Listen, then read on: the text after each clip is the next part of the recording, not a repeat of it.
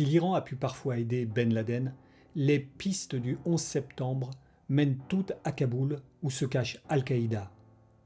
Bush et l'OTAN attaquent donc l'Afghanistan et chassent les talibans avec le concours de Téhéran et de Moscou qui, comme les Européens, soutiennent l'Alliance du Nord du défunt commandant Massoud. Ce qui n'empêche pas Ben Laden d'envoyer sa famille à l'abri en Iran, avant de poursuivre son combat dans les zones frontalières du Pakistan. Bush veut aller plus loin et régler son compte à Saddam Hussein. À l'ONU, au nom de la France qui a des intérêts en Irak, Dominique de Villepin s'y oppose vivement. Et pour ses 50 ans, sa grande amie, Nahed Hodje, lui offre une fête somptueuse dans son hôtel particulier parisien. Milliardaire, Nahed est la veuve du marchand d'armes Akram Hodje, mais aussi la fille du ministre de la Défense et chef des services secrets syriens Mustafa Tlas.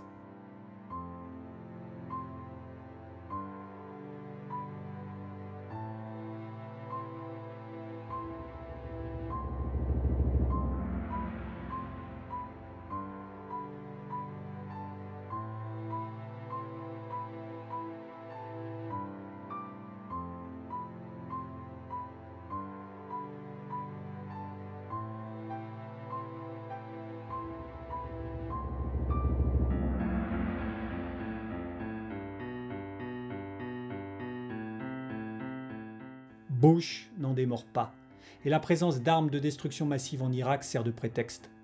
Sauf qu'Ahmed Chalabi, le monsieur Irak des néoconservateurs, n'a en réalité aucune preuve de leur existence. Et même la CIA en doute.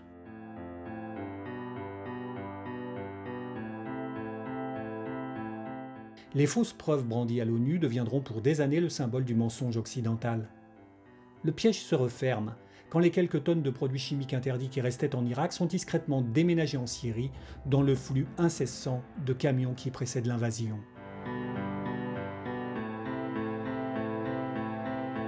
Lorsqu'Yevgeny Primakov atterrit à Bagdad dans un Ilyushin de la présidence russe, c'est officiellement en mission de paix de la dernière chance.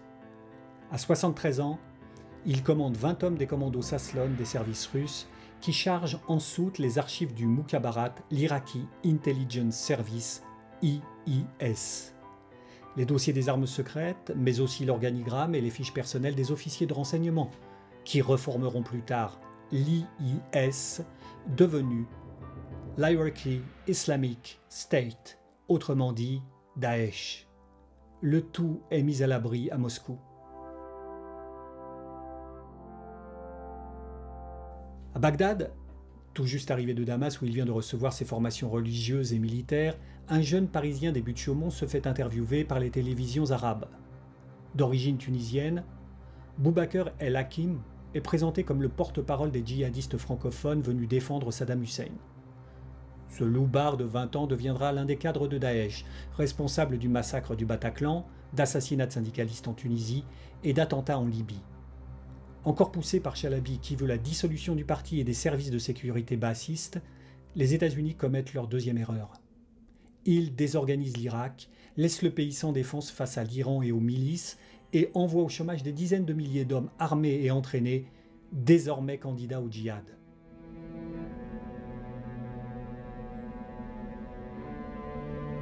Réconciliés par l'occupation américaine, les frères ennemis des bases syriens et irakiens font cause commune.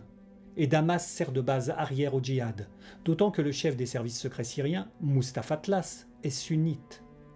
Même les fils de Saddam passent brièvement la frontière pour mettre leur famille et leurs trésors de guerre à l'abri.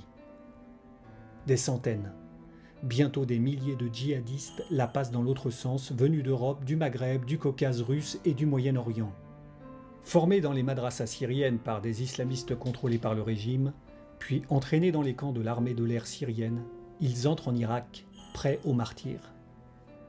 Leur héroïsme suicidaire permet aux anciens officiers de Saddam de compenser leur manque de technologie. Pendant ce temps, la Syrie et le Hezbollah pro-iranien retendent leur toile au Liban et font assassiner le président Hariri. Ce qui déclenche une vaste réaction populaire et l'éviction des Syriens du Liban. À l'ONU, à Washington et à Téhéran, le président irakien, le kurde Talabani, se plaint de l'appui massif de la Syrie aux terroristes sunnites irakiens. Téhéran et Washington font pression sur Bachar el-Assad, qui limoge Mustafa Tlass et livre aux Occidentaux quelques djihadistes, tout en jetant les autres en prison dans des conditions plutôt confortables. On ne sait jamais, des fois qu'ils puissent resservir au Liban ou en Israël par exemple.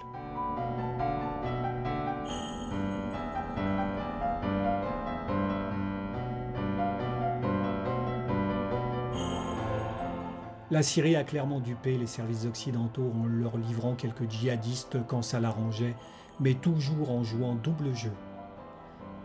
Ainsi, Mohamed Haïdar Zamar, syrien d'Al-Qaïda, suspecté d'avoir recruté les attaquants du 11 septembre, est arrêté au Maroc fin 2001 et livré aux Syriens par la CIA.